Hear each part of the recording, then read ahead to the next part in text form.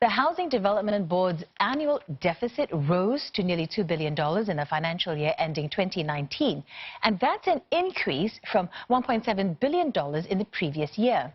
Experts we spoke to say it's because of more housing grants given and shorter waiting times for build-to-order flats. And Tan Si-hui with the story. More flats were under construction this financial year, nearly 68,000 flats, up from around 66,000 in the previous year. And more flats are being built more quickly, with about 1,000 flats with wait times of 2 to 3 years instead of 3 to 4. Experts say these are some of the reasons that contributed to the increase in HDB's annual deficit.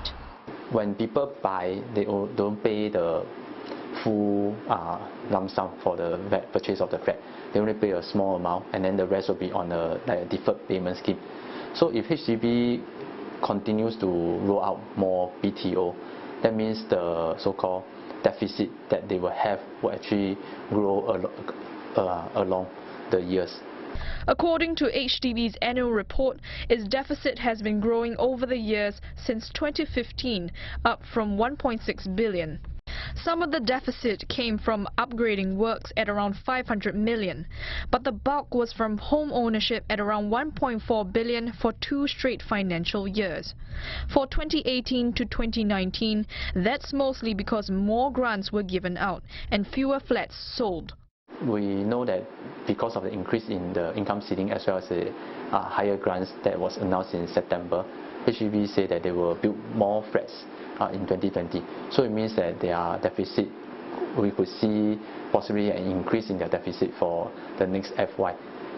This year, more than 15,000 new flats across 18 projects, including the 1,600 flats in the new Teng Nga town, were launched. And next month, around 4,500 BTO flats in Ang Mo Kio, Tampines and Teng Nga will go on sale. It was reported that more HDB flats could be available in mature estates such as Bishan and Queenstown by the year 2025 and 2027. Experts we spoke to say that may add on to the deficit. But HDB also has the flexibility of reducing the number of flats being built in other areas. The annual report also showed that the number of resale flats sold rose by 7%, with more than 23,000 flats sold, compared to slightly more than 22,000 in the previous year.